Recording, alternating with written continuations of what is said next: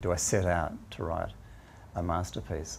I couldn't say that I do, but it's not very far from that. I know that I haven't written a masterpiece, so let's just get that out of the way. And I know that I probably am not capable of it, but I aim for it in the sense that I aim to write music that is meaningful and is the best I can possibly write and has some depth to it.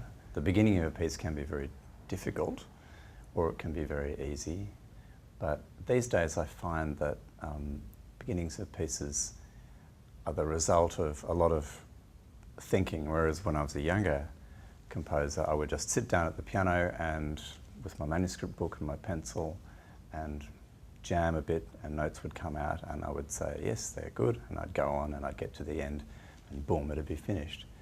But these days a lot of my music is to do with stories, pictures, other art, in other words, and other music often. So I kind of slide into it through other ideas. It takes form and then the end you write.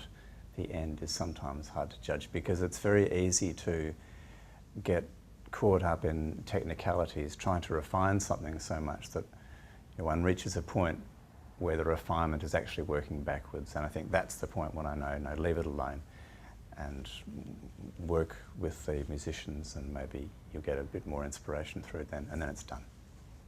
The experience that I've had recently, which has been new over the last few years, is that I carry around a stack of manuscript books and I just jot down some very short ideas sometimes and then page after page of other ideas, cross bits out, and often I don't mean different ideas to come together at all. They're really not meant to be related, but I throw them together and that's it. It's a funny thing, the mind, sometimes. I think it works all the time. I mean, I think that your mind is working all the time on these things, even when you don't know it.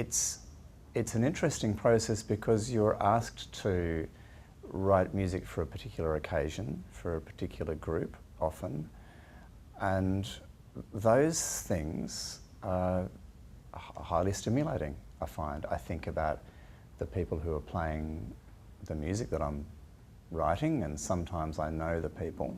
Quite often I know the people, but sometimes I don't. And in the series this year, a number of the groups I have not heard before. Some I've heard before, but I don't know. Some, like the Modigliani Quartet, I've played with many, many, many times. So that's great writing. That's absolutely writing for friends.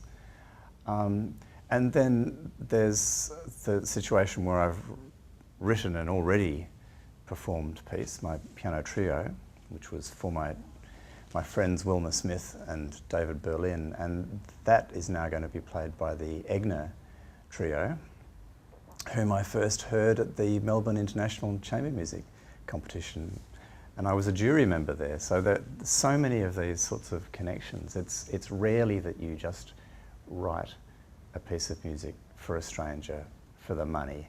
It's hardly ever that.